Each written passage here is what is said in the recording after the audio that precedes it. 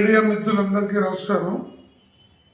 రాష్ట్రంలో అపరాల సాగులో ఆంధ్రప్రదేశ్ ఆది నుండి కూడా కీలకమైనటువంటి ఉత్పత్తి రాష్ట్రంగా ఉంది.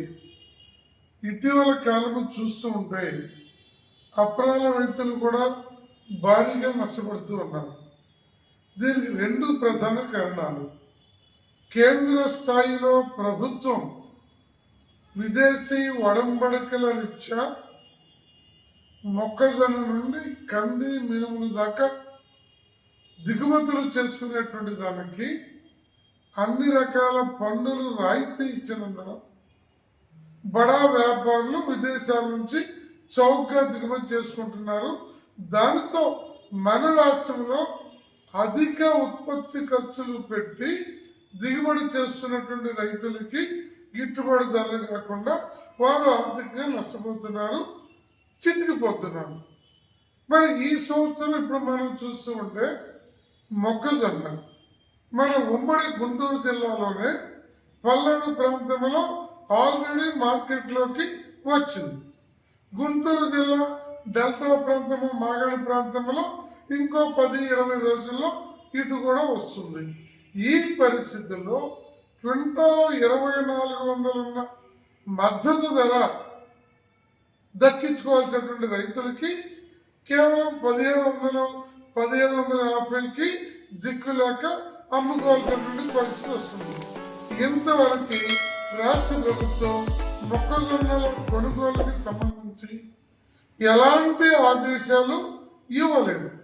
రెండో వైపున మినుము కాస్త బయట మార్కెట్ బాగుంది.